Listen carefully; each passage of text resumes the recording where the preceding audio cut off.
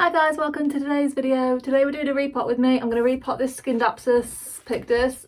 I love terracotta pots. When I first got into houseplants, all my plants went into terracotta pots because they are cheap and look quite cool, and I quite like this like patina. Is that what we're calling it? This is basically just the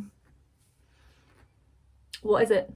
Like the minerals and stuff that come out of the water and out of the plant. No, it's out of the water that just sort of collects on the outside. You can just wipe it off. You can't just... I'm so sorry, that was gross, but yeah, you can wipe it off anyway.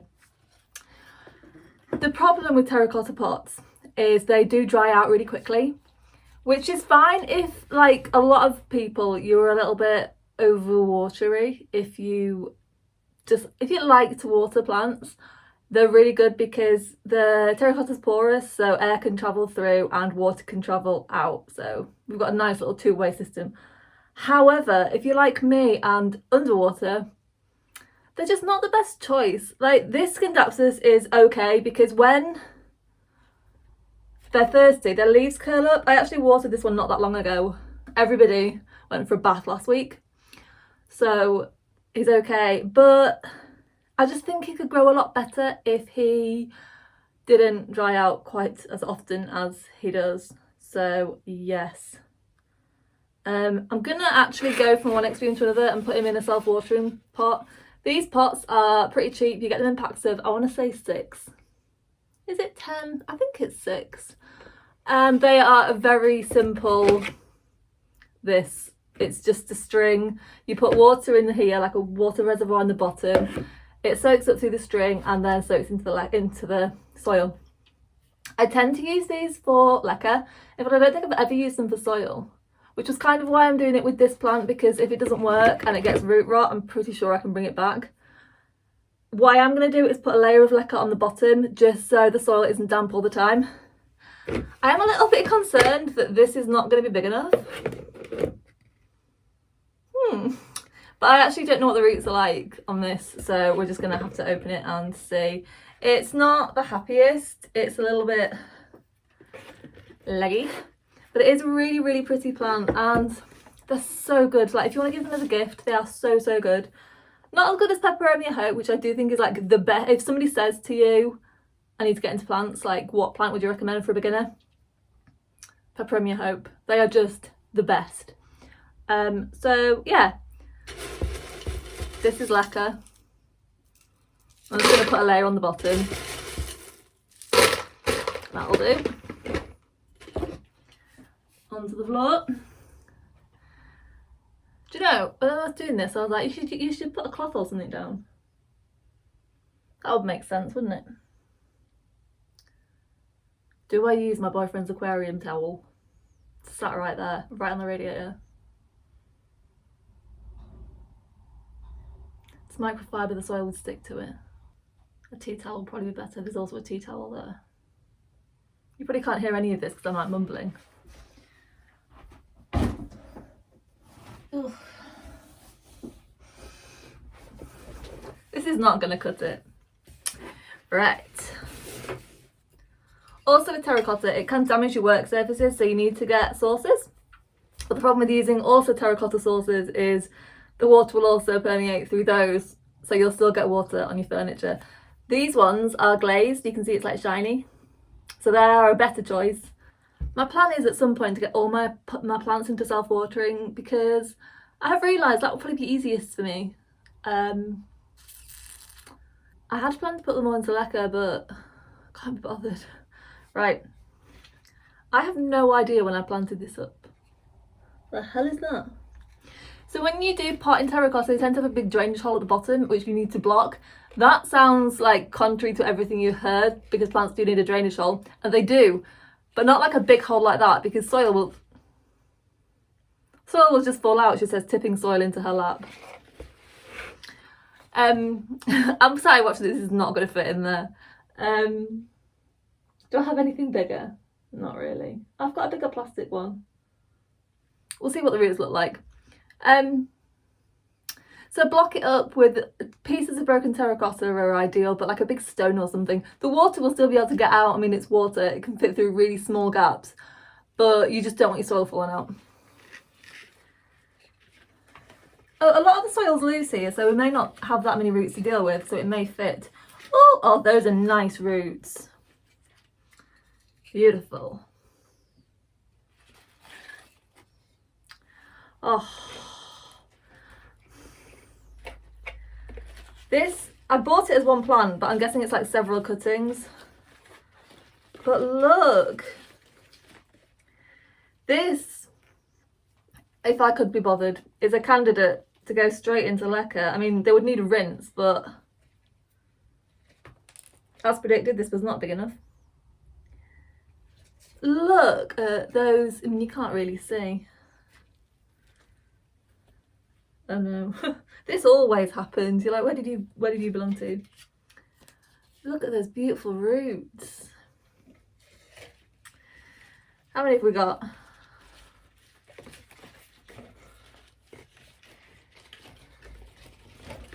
You often find when you do stuff like this, there'll be one vine that grows really bushy and one that grows really leggy. So whilst care does impact on how your plants grow, yeah, this is just 2 vines. Genetics do play a part. Like, some plants grow some ways and some don't. Oh god, that really got away from me. I've got 3 here. What's going on? 1 vine. Also, when you do this, you can often you can take this opportunity to like make it look how you want it to look. Oh, there's 4.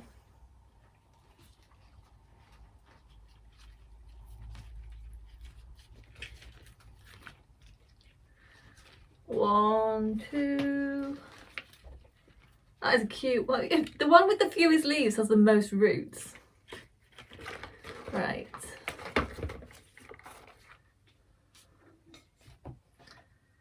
And obviously, oh no, a lie. Oh no, that one's, see, this is not that many leaves, but a lot of length.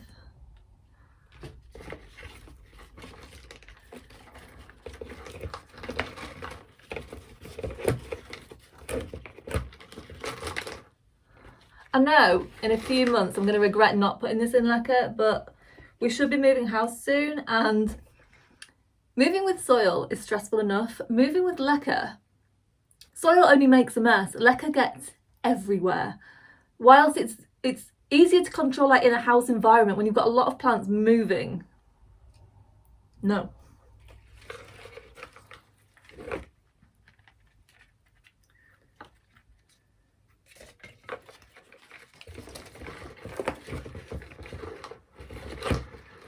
I think it's like safe to say she's going to need repotting soon, but I think I'll just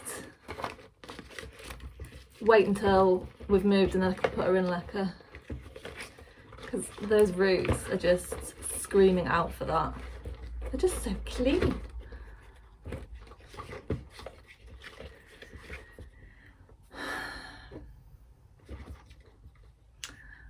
What you don't want to do is bury the stem too much, because you can, that's a really great way to end up with rot. But also I might need them in the soil a little bit just to anchor it down.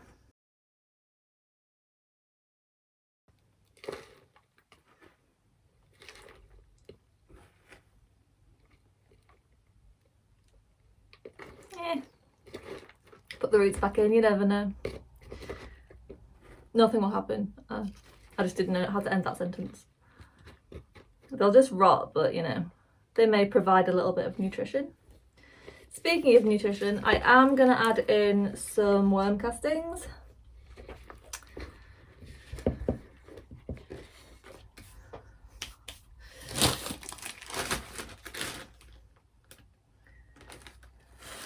Just a little sprinkle.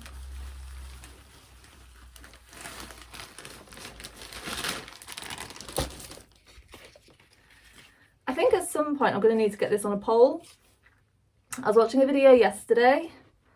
Was it Roots Leaves? Anyway, she's the Leca Queen on Instagram. And she was basically saying, like, get your plants on poles as soon as possible, because just the action of angling them up can, see from her like experience, makes the leaves grow bigger. And the thing about growing houseplants is we don't really have a lot of like lab-based evidence. A lot of it is just us growing stuff. So, and she had, the evidence was there. I mean, she had plants on poles with massive leaves. I mean, she lived in Australia, so obviously the light was probably a bit better than we've got here. But the plants she had on poles had bigger leaves than the plants that she didn't. So, yeah. Also, I think I would need to with all these vines together, I could probably make it into one. Is that a thrip or is it soil? No, soil. I could probably make it look a lot fuller than it is, just because there's 4 vines, and I'm hoping like if I could arrange them, it looks like there's leaves closer together than there actually are. That looks much worse than it did before, because before the way I had it potted, it looked a lot bushier. But I'm hoping that just the act of having it in self-watering made no sense. Just by having it in self-watering and keeping it topped up is going to be enough to like help it, just spur it on to grow. It grows fine, just not as well as I think it probably could. Problem with like curling the plants round to kind of get some of the other nodes to root and just make it a bit more stable is that they often don't want to, and you've got to pin them down. And I've got really, like, this isn't actually that chunky of a soil mix, but it's chunky enough that I can't get anything to stick in it. It's not anchored enough, so I can't do that. But with the smaller vines, even then, like, they're not staying down, and I don't want to like stick them down because that's a really great way to have them rot. Cute. I do actually need to fill it up. I'll fill it up when I've finished. I'll probably end up chopping that one because that is ridiculous. And actually, when I repot it, I could probably chop all of the shorter ones and stick them back in. I don't know if self-watering makes it easier to... as an underwaterer, I'm terrible at rooting stuff in soil. Only Monstera ever root in soil for me because I just let them dry out and the nodes just dry up. But I'm hoping having it in self-watering will stop that. I'll do it with one cutting, the others I'll probably root in the air garden, just as an experiment. But I don't want to lose all my cuttings. Whoever recommended Nora to me on my website, like, thank you so much. She has such useful content. She deserves lots more subscribers. Just like the way she uses moss poles seem very relatable to me. They're all kind of handmade and zip tied together, and then she's got like, because everything's in, well, not everything's in Leca, but she kind of specialises in making moss poles for plants in Leca. So she's basically saying like, this is how they stay up, and she's saying stuff that I don't know what I wanted, but she's not magic. So she was like, well, I use a really heavy pot and I do this and I do that, and I'm like, oh, that makes sense. It seems kind of MacGyver together, but it's stuff that when it all works together it kind of works. But it's something that I do all these things separately but never thought to... I don't really think enough about it. And she clearly sat down and thought about the issue as opposed to just complaining about it, which is what I did on my website. And then somebody came up and showed me who knew how to sort this out. I've started rambling now, so I'm going to say goodbye. If anybody has tips for moving a shed load of plants, I would really love to know. We're hoping to rent a van, and my current plan is literally just wedge them in. I think I've got enough so that I can have one flat... That's how I keep them all upright in the bath. I just wedge them in, so there's no room for any of them to move. Like, it's this kind of time that I'm glad I don't have any really expensive plants, because it would really worry me. As a collection, there's probably quite a lot of money in it, but there isn't one plant I'm like, oh my god, careful with her. Apart from this one. And that's just because she's pretty. Yeah, anyway, thank you for watching and I will see you next week. Bye!